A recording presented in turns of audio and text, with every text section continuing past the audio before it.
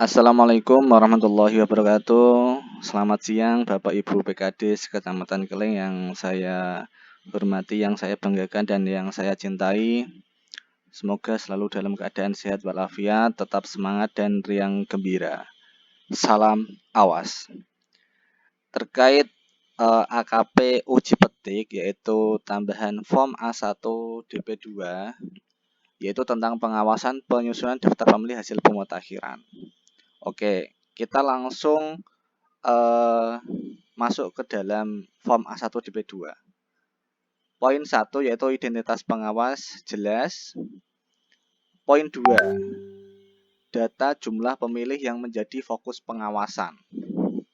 Oke. Ini merupakan data jumlah pemilih yang menjadi uji petike jenengan. Bukan jumlah pemilih seluruh TPS, jumlah pemilih di TPS tersebut bukan. Kita buat sampling aja. Di sini semisal Pak Sunandar melakukan sampling uji petik di satu TPS, misal di TPS 10. Nah, di TPS 10, semisal 2 TPS, berarti semisal di TPS 10 5 KK, di TPS 11 5 KK, ya berarti tulis 2 TPS. Tapi biar lebih mudah kita contoh di satu TPS. Misal Pak Sunandar melakukan sampling nomor TPS 10. Ini acuannya adalah uji petiknya bukan yang harus, maksudnya tidak harus yang sudah dicoklit.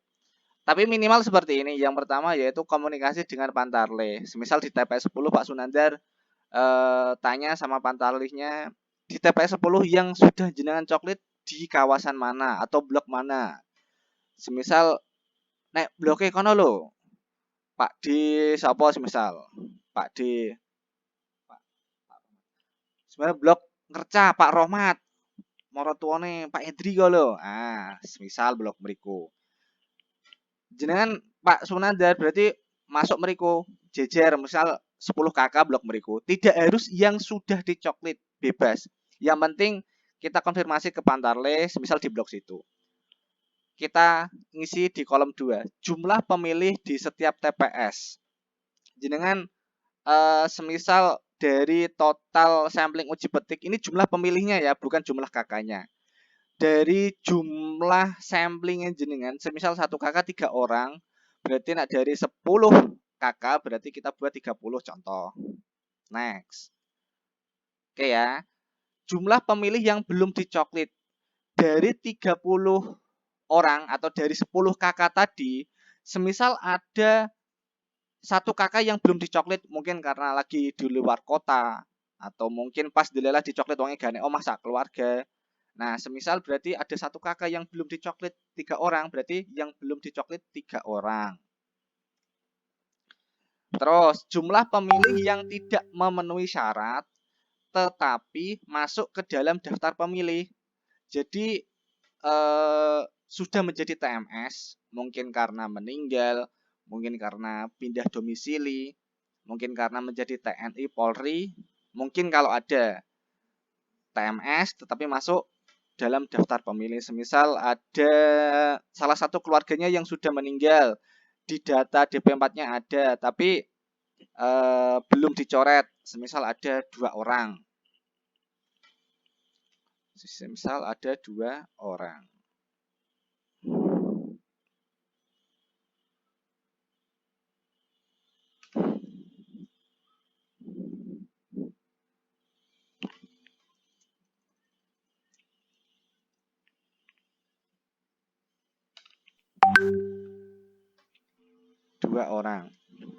Selanjutnya, jumlah pemilih yang memenuhi syarat tetapi tidak masuk ke dalam daftar pemilih.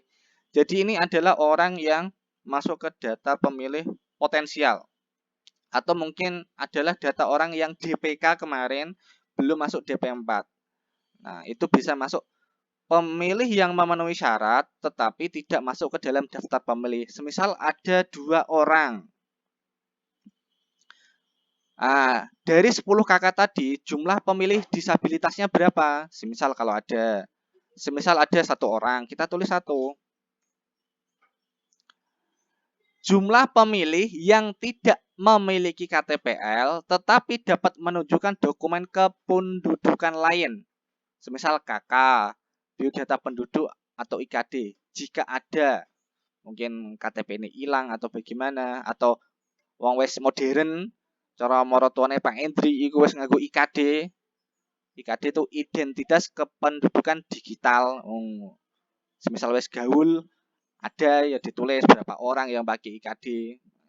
IKD itu kayak KTP digital yang model fisik di HP, ada aplikasinya. Semisal di blok Watowaji itu ada yang pakai KK, semisal 2 orang, yang pakai IKD 1 orang berarti 3. Lanjut. Jumlah pemilih yang elemen data pemilih bermasalah atau tidak lengkap dengan formulir model A daftar pemilih.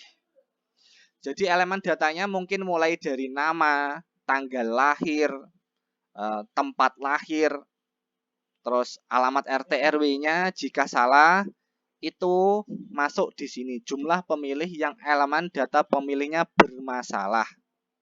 Jika ada ditulis. Kalau tidak ada 0.